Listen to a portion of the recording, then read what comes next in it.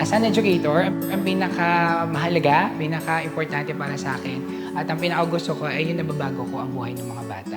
I started teaching po sa DepEd 2016. Actually, nag-start po ako sa DepEd.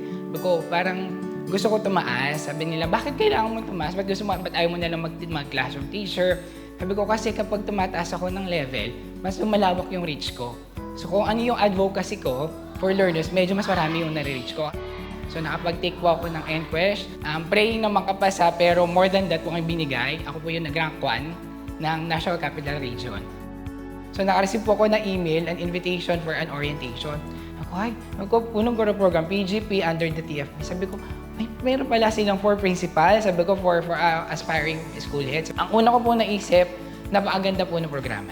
Kung i-offer sa atin paano mag-start, paano mo muna kilalanin yung sarili mo, ano yung mga philosophies mo that will guide you once you are appointed or given a school to run. So the Punong Guro program comes in to provide those new and aspiring principals with the necessary knowledge and skills that they need to succeed, especially in an administrative role. The framework that we use in the Punong Guro program, so it's called Galing, Malasakit, and Linaw. And this is what we want for our school principals across the country, that they're not just technical experts, they're not just good teachers, but they're actually leaders in their school, and they can influence the school towards more positive change for their students.